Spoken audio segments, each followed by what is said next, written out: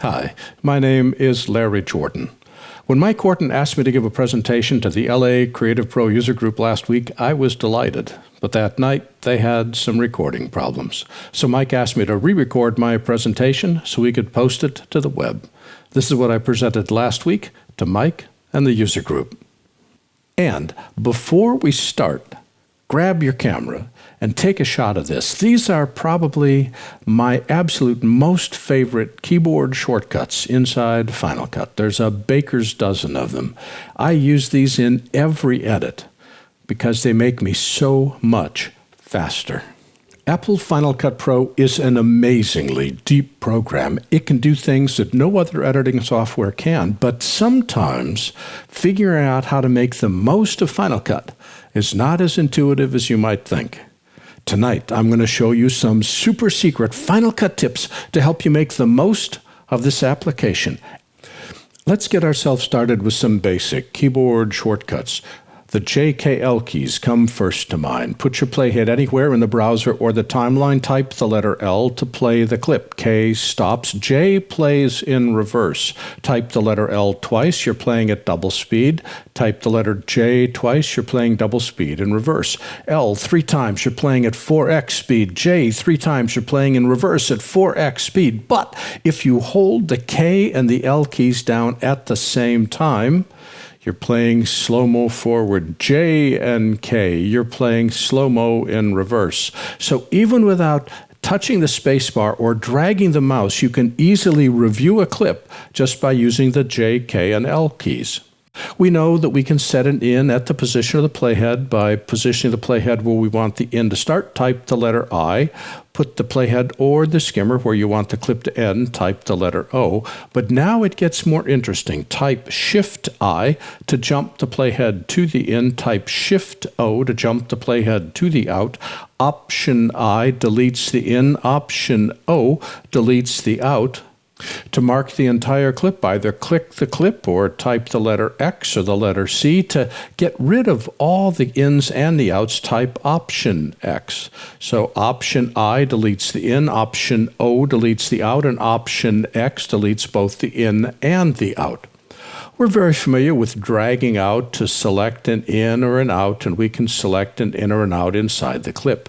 What you may not know, though, is if I drag to set the first in and the first out, then hold the Command key down, I can drag to set a second in and out. Hold the Command key, I can set a third and a fourth and a fifth and a sixth, all in the same clip by Command dragging after you set the first in and out. What's especially cool about this is, let's say that you're looking at a long scene and creating a bunch of selects. When you edit them down to the timeline by typing the letter E, the clips will edit in the order in which you selected them. So this is a fast way of going through a long clip and pulling selects out of shorter regions just by Command dragging. You can still trim it like any other clip inside the timeline. Again, to get rid of all of them, select them, type Option X, and they're all gone. As we move down to the timeline, many times we have video on a higher track, and here I've added a title. I can't even see the title because it's blocked by the higher clip, so I'm going to drag this higher clip down and wait, where is it? It gets out of position. I want to lock the position so it doesn't shift from one side to the other. What key could I possibly hold down that would allow me to prevent shifting from side to side? You're right. Hold the Shift key down, and when you drag, it constrains the movement of the clip so it doesn't move horizontally.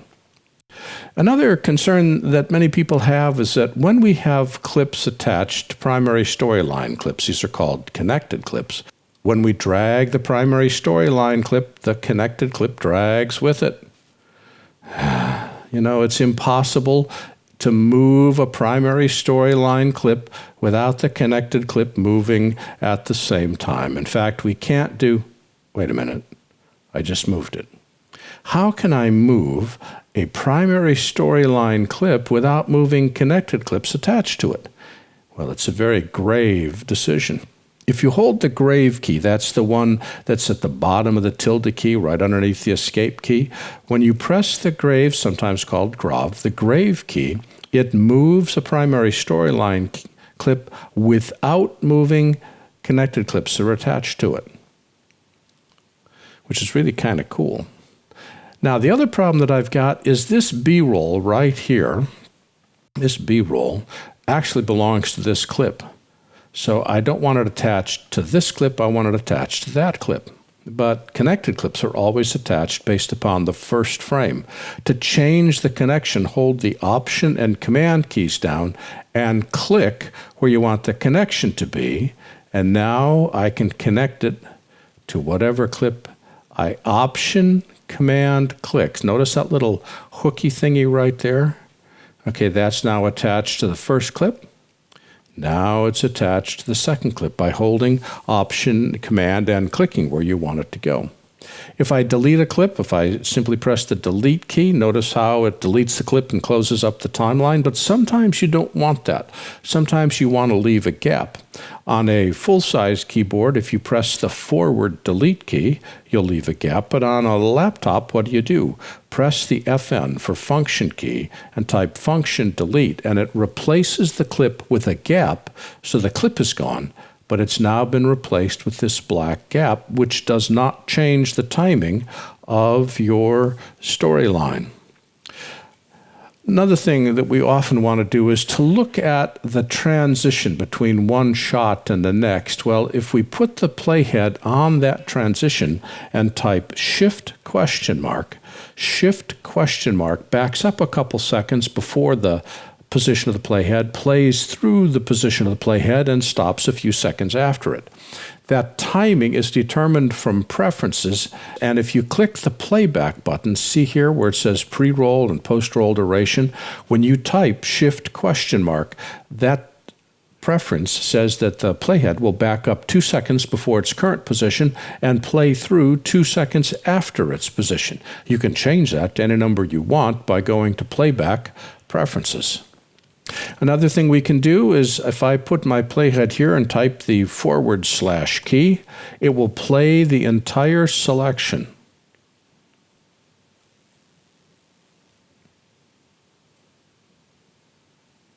Ta-da!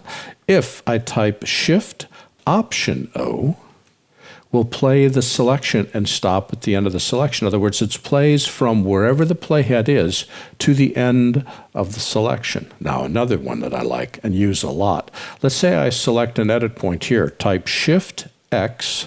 Shift X will take the selected edit point and jump it to the position of the playhead, provided your clip has enough handles to get there. Shift X. I use this one all the time to get shots to fill the time that I have available. If we open up the import window, notice that I have a whole lot of favorites here. How do I create a favorite? It means that if I click here, I can jump to training media, or I can jump to my desktop, or jump to some 3D demo files. How do I create that? Well, let's just go to training media, and let's find audio files. Grab the folder, not the file, the folder that contains the files that you want, and drag it on top of the word favorites. And when you let go, you've now created a new favorite that will take you right to that location, even if it's multiple folders deep, and open it up in the import window for you to then start to select clips. So much for individual shortcuts. Let's see some techniques we can use to speed up our editing. For instance, here I have a number of audio clips in the timeline. Just select all of them, go to the inspector and go to the audio inspector. And now when I grab the volume slider, I can adjust the levels. See the waveforms moving up and down? I can adjust the levels for all the selected clips at the same time. In fact, I can select multiple clips, video or audio, and apply the same effect to all of them or make the same adjustments to all of them as a group without having to do that for each individual clip. Here I have a dramatic crime scene shot by Ann Gibson for her production company Toucan Productions, and it's a perfect film noir, except one shot is wrong. It's this one right here. This is where they're carrying the The dead body. Yeah, definitely dead. They're carrying the dead body and throwing it in the lake, except the shot is too close. It needs to be wider so I can see where our evildoers are. So we're going to do what's called a three-point edit. To make that work, I'm going to select the range tool. Keyboard shortcut is the letter I. Select the clip or any portion of a clip, but I'm going to replace the entire clip here. And now go up to the browser, and I'm going to find this wider shot right about here. I want to find where our guys are getting ready to dump the body into the lake. Oh my goodness. Will they ever get caught? Will justice be served? You'll just have to tune in later and find out. Notice that I have an in set here in the browser and an in and an out set in the timeline. When I have two ins, one in the browser, one in the timeline, and then type the letter D as in David, it takes this clip up here, matches the in to the in the timeline, and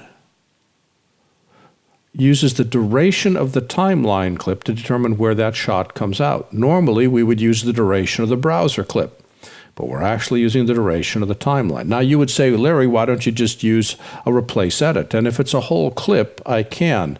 But let's say that I want to replace this section here. Notice how I span two clips? So now I've got an in and an out in the timeline, but it's going across two clips partially. On two clips, I've got an in, type the letter D, and it now drops that shot in here where we have our victim. And now he's dead, and they're looking at it more closely. All right, we're not talking art here. I should not have the guys walking and not walking into two different shots. That's just editing. That's terrible. I'm not trying to show perfection. I'm trying to show process. We use the range tool to set an in and out in the timeline, set an in a browser, and then type the letter D to do a three-point edit into the timeline. Here's a faster way to do trimming. This manta ray shot right here is a little slow to develop. I'm going to put my playhead, the markers just for me, it isn't necessary. Put the playhead where I want the in to start, hold the Option key down and type left square bracket. Left square bracket takes the in of a clip and jumps the in to the position of the playhead. And let's go here and type Option right square bracket. That jumps the out to the position of the playhead. If I select a range using the range tool and just select this range and type Option pipe, which is the backslash key, it trims to the selection. These Option bracket commands are extremely fast. More shortcuts. Let's go up to the inspector. If you double-click the title in the inspector, it goes full height. Double-click again, it goes back to half height. So when you need more inspector room at the cost of the timeline, double-click the title. Double-click the title to close it. One of the most polarizing features in Final Cut 10 when it was first released was the magnetic timeline. The magnetic timeline exists to prevent problems, to prevent gaps, flashes of black, or have one clip erode another clip when you drag it when you really wanted them to touch, not erase each other. So the magnetic timeline, when you think of it as a way to prevent problems, is a wonderful tool, but it drives some people nuts. For instance, if I grab this clip and try and drag it, notice that I can't drag the clip and leave it. Wait a minute. How could I drag a clip and leave a gap? Let's just try that. And again, we just use a different tool. When you go up to the tool menu and you select the position tool turns off the magnetic timeline and Final Cut edits just like any other NLE. When the position tool is not enabled, when we're back to the arrow tool, keyboard shortcut is the letter A, dragging a clip leaves a gap. When the position tool is enabled, dragging a clip leaves a gap or erodes a clip that you put it on top of. So the position tool is a way of overriding the magnetic timeline so all of those clips can move exactly where you want. They can leave gaps as you see fit and makes your editing act just like any other NLE.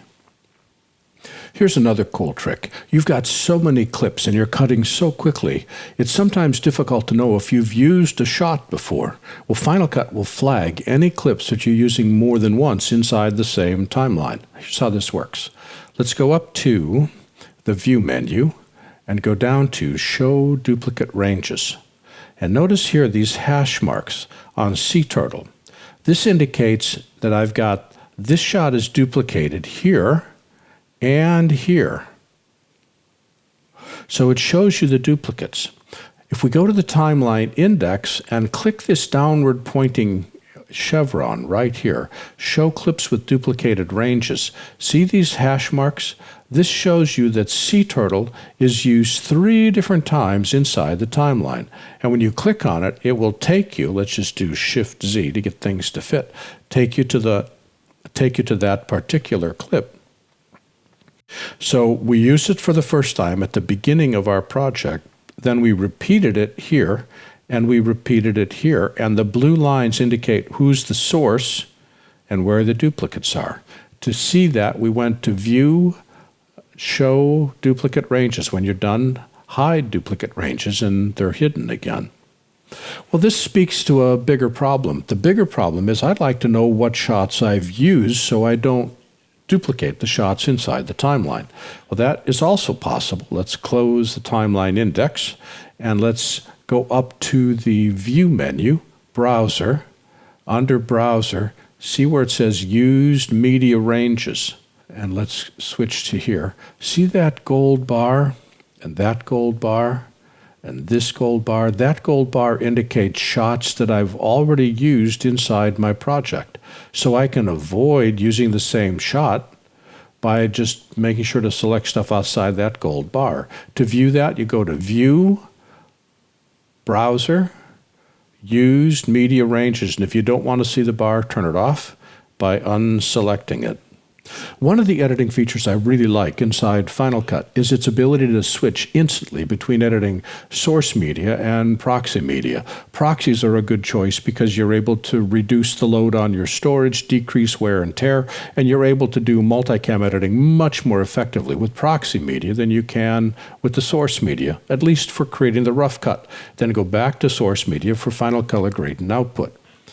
But we have choices with proxy media. When we select the import window, notice over here, if I wanted to import a file, let's just import some 4K footage here, I can create proxy media, and I can choose to have it be ProRes proxy or H.264, and I can pick frame sizes.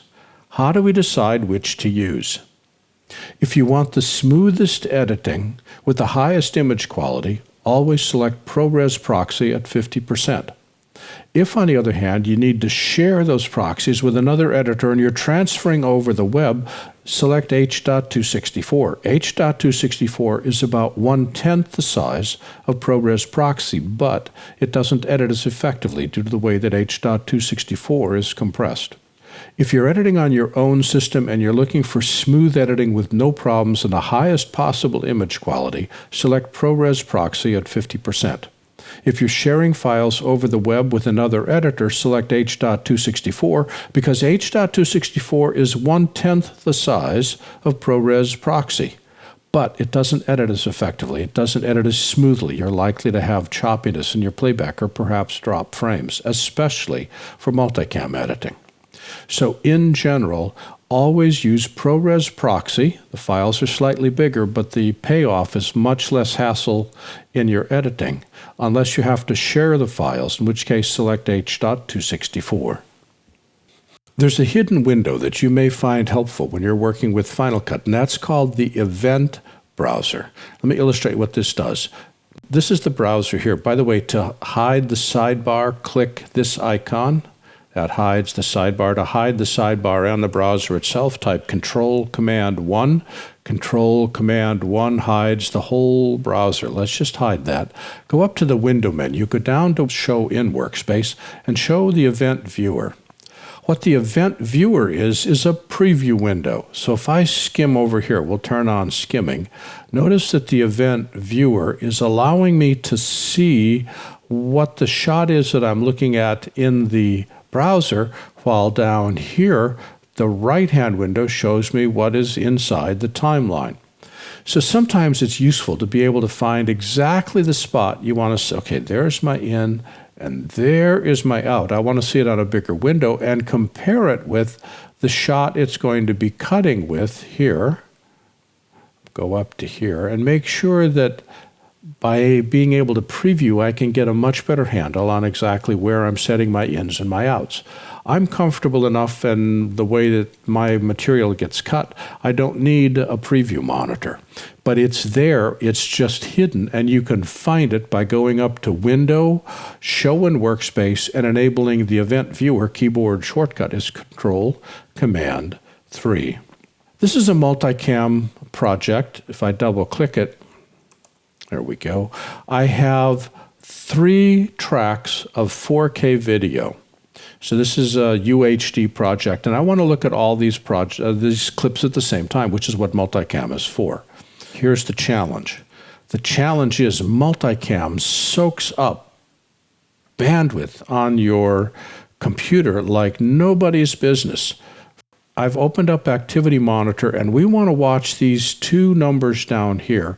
Data read is the speed of the data coming from your storage to your computer. Data write is the data going from computer to storage. This blue number is the one we want to watch. Here's the problem. A spinning hard drive, one hard drive, is going to transfer data about 150 to 200 megabytes a second. An SSD, a PCIe SSD, is going to transfer data about 400 megabytes a second. An NVMe SSD is going to transfer data about 2,500 megabytes a second. Now, for most editing, any of these 3 formats, hard drives, SSDs, and NVMe SSD, are going to be fine for single clips. But for multicam, it just chews up data. For instance, here, if I play this, Shift-Command-7, there's my clips. I hit the space bar. Let's just play this. And look at my data rates down here. This updates every 10 seconds. 300 megabytes a second. It's going to go even higher than that as I start to cut this.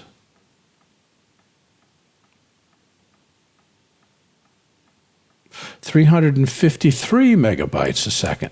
Now, the problem is that's a lot of wear and tear on your storage as it's playing all this stuff back. It's faster than a single hard drive. It's faster than a 4 hard drive RAID, because 4 hard drive RAID goes about 350. You'll get drop frames. It's very close. If I added a 4th 4K picture, this SSD that I'm working with, which only transfers data at 400 megabytes a second, can't keep up. This is why proxies are so important. A proxy, I could play 10 4K proxy clips and be only able to play 3 at their full resolution while I'm doing the editing. But here's the problem. In Premiere and Final Cut 7, when we're done editing the multicam, we would flatten it. And that would disconnect all of the shots that we don't need, because then it only plays a single stream of video. I'm not hammering the hard disks. Life is a lot better. And there's no flattening option anywhere inside Final Cut.